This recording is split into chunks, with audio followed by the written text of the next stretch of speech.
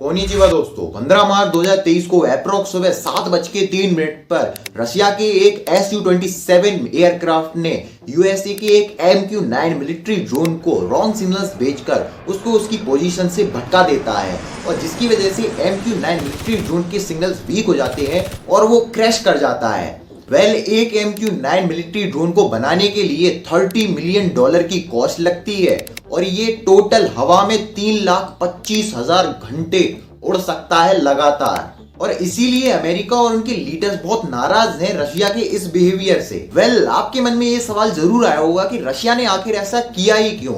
दूसरी तरफ रशिया का कहना ये है कि यूएस का ये ड्रोन उनके लोकेशन में आ रहा था, बल्कि उनके ऊपर नजर रख रहा था, जो कि उनके रूल्स के एकदम अधीन है। और इस सब में सही कौन है, गलत कौन है, इसका ही आज हम पता लगाने के लिए इस वीडियो में जानेंगे। तो वीडियो को एंड तक जरूर देखिएगा। इस वीडियो को लाइक कर दें फॉर यूट्यूब एल्गोरिथम। अब हम वीडियो को शुरू करते हैं। दोस्तों, इस टॉपिक को समझने से पहले हमें यह समझना जरूरी है कि यूएस और रशिया दोनों के पास राइट्स भी हैं इन सारी ड्रोन्स को उड़ाने के लिए या नहीं। अब आप इधर देख सकते हैं कि यूएस एक कंट्री की डिस्टेंस 8,881 किलोमीटर दूर है रशिया से। अब यूनाइटेड स्टेट ऑफ अमेरिका एक बिल्कुल ओशियन के बीच में कंट्री है, बट इनका ड्रोन रशिया के पास क्रीमिया जैसे रीजन में उड़ रहा था।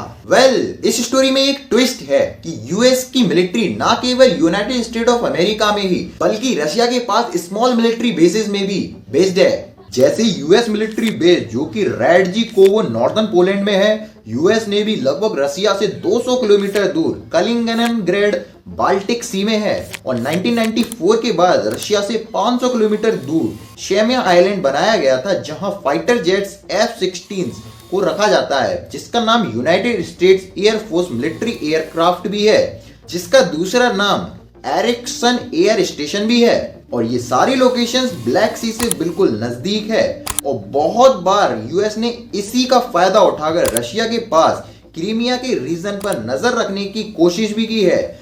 इस कहानी में जहां आपने ट्विस्ट देखा था उसी के अंदर एक और ट्विस्ट भी है, और ये ट्विस्ट ये है कि पिछले एक साल में रशिया और यूक्रेन के बीच में जितनी भी मिसाइल्स लॉन्च हुई है, रशिया जो कोई भी मिसाइल्स अपनी लॉन्च करने जाता है, यूएस क्रीमिया में रीजन में बैठकर रशिया के ऊपर नजर रखता है, जिसकी वजह से रशिया जो भी मिसाइल पहले लॉन्च करने जा रहा होता है, यूक्रेन को यूएस पहले ही इन्फॉर्म कर देता है कि तुम्हारे पास ये मिसाइल लॉन्च होने वाली है, तो इसमें आप सतर्क रहिए और अपना कोई एक्शन लेना स्टार्ट करिए। हर बार यूएस ने अपने MQ-9 ड्रोन की मदद से रशिया के ऊपर नजर रखकर यूक्रेन की हेल्प की है, जिससे जब भी रशिया कोई भी मिसाइल लॉन्च करती थी तब यूक्रेन को यूएस पहले ही सिग्नल भेज देता था। रशिया ने पहले ही अनाउंस कर दिया था कि यूएस ने अगर ऐसी कोई भी इलीगल एक्टिविटीज की और हमारे क्रीमिया जैसे रीजन में घुसकर हमारे ऊपर नजर रखने की कोशिश की अपने ड्रोन उड़ाकर, तो हम कोई ना कोई जल्द ही एक्शन लेंगे। और इसी पर यूएस का कहना यह है कि हमारा ड्रोन्स तो इंटरनेशनल वाटरवे था जो कि क्रीमिया के पास के रीजन पर कभी गया ही नहीं है।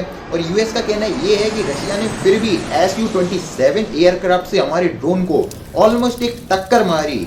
यूएसए का कहना यह है कि हमारे ड्रोन हिट किया गया है S-27 से और इसी वजह से हमारा ड्रोन क्रैश कर गया और वो समुद्र में चला गया। अब दोस्तों, मेरा इधर कहना यही है कि यूएसए इधर पर टोटली झूठ बोल रहा है, क्योंकि दुनिया में ऐसी कोई भी एयरक्राफ्ट नहीं है जो किसी अनदर ऑब्जेक्ट को टक्कर मार सके, क्योंकि एक एयरक्राफ्ट की स्पीड लगभग 740 से 930 किलोमीटर प्रति घंटे की रफ्तार से होती है और Su-27 जिसे सुखोई भी बोलते हो, उसकी नॉर्मल स्पीड 250 किलोमीटर प्रति घंटे की रफ्तार से भागती है। और कोई भी इतनी तेजी से उड़ता हुआ एयरक्राफ्ट किसी अनदर ऑब्जेक्ट को अगर टक्कर मारेगा तो दोनों के ही चित्रे चित्रे उड़ जाएंगे।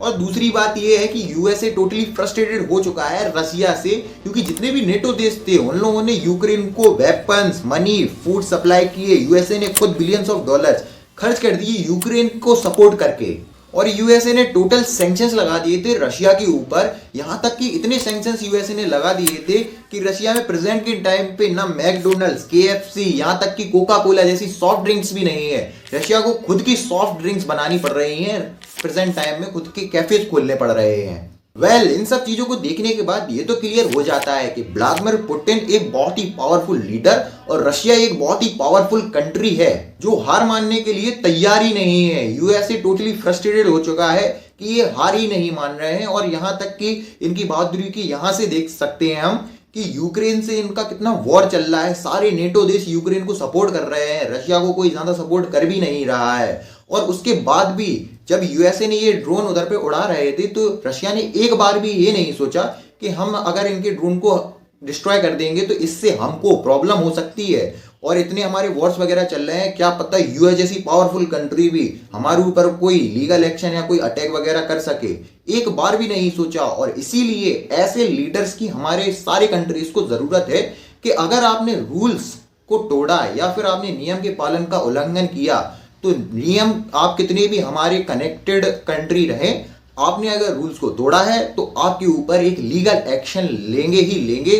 और बिना कोई सोचे समझे कि ये हमारी बहुत ही फेवरेट कंट्री है या नहीं, अगर आपने रूल्स को तोड़ा है तो आपके ऊपर लीगल एक्शन होगा ही होगा।